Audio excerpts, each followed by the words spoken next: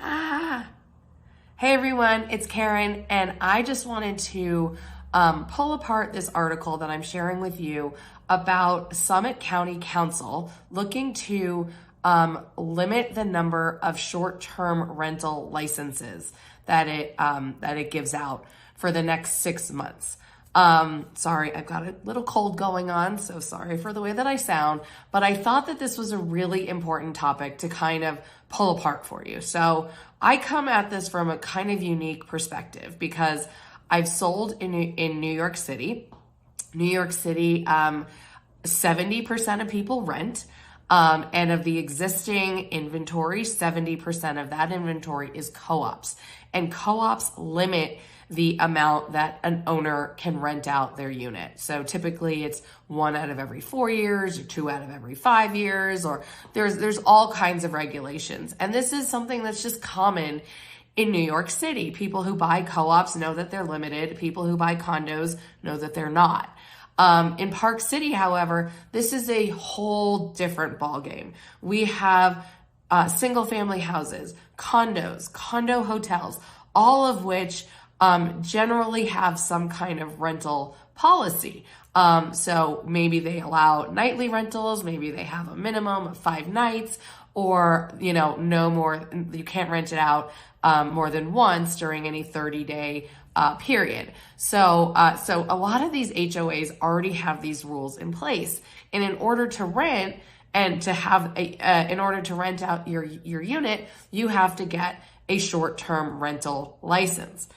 This is not that hard to get, but licenses have been in demand, in demand, obviously because of the pandemic, but we've seen a general increase year over year with these licenses. So what does this regulation mean? Well, there is another market that's been doing this. Breckenridge has already done this. And this generally impacts the overall market.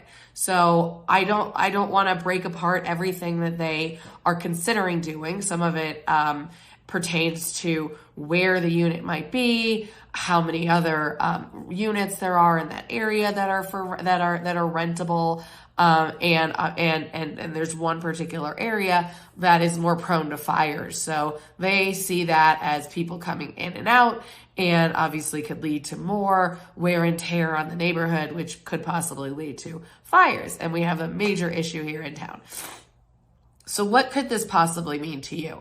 Well, if you're thinking about buying a place right now, this could severely limit your intentions for how you choose to use your property. So if you're thinking, I want a good investment and I'm going to rent it out nightly, well, you might not be able to, at least until they potentially lift this potential ban. Again, this is not something that's set in stone yet. It's still very much a working, they're working through this, but that is number one on the list of possible ways that it could hurt this market. And what could that do to this overall market? Well, then those units that currently have a license, the licenses don't just transfer, but those units that have a license that show rental income now become less valuable to the next buyer. So what a unit that may have brought in, let's say, $100,000 gross, now doesn't have that same potential. So those potential buyers could be going to other markets where they could get the same return, however, no rental regulations. So that in turn could obviously lower the value, not just for that unit that particular unit, but for all the units in that complex, let's just say. So this is a really big deal. That's just one of the reasons why I don't particularly think that this is a wise decision. My opinion here, this is just my opinion, areas like Breckenridge, Vail, Park City, we all have issues with housing for our employees who work at the resorts. However, the main difference between Breckenridge and Vail and Park City is that people who work in Park City can live in Salt Lake City. They can come in easily with about a 30-minute commute. They can get to the resorts. Unlike Breckenridge and Vail, should the passes close, should anything happen on those roads, I mean, even just a car accident, you're talking an hour and a half to 2+ hours. So we do have a solution. We do have an alternate place for those employees to live. Now, obviously, the city is definitely working to get more employee housing. In fact, I was just driving by the Canyons Resort today, and I saw a lot of buildings, probably 5 or 6 buildings, that are just going for employees of that resort. So that is going to help immensely. But in that same complex, in the same Canyons Village Management Association, they've also got hotels, condo hotels, townhouses, single family homes that mostly allows some sort of short-term rental. So this could directly impact those people. Now, maybe short-term, let's just say short-term might be less than 30 days.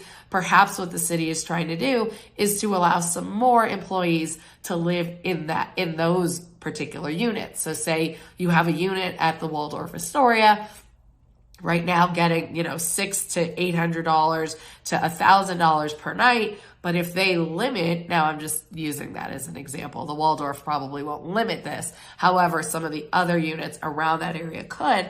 And if those are limited to 30 days or more, then that could allow more housing for those employees who, quite honestly, probably can't afford it. So this is a huge conversation that we have to have. And I just wanted to keep you on top of the news. This story just hit just about 6 hours ago. And I'm just tearing it apart little by little as I go and waiting for more news and waiting for another meeting where hopefully some of the actual residents in this town can go and discuss how this could impact the market, how this could impact housing here, and obviously how we can impact that employee housing that's definitely in need. So if you have any questions, please let me know. I want to be your source here on the ground in Park City, and here to answer all your questions. So thanks for watching, and I'll chat with you soon. Bye.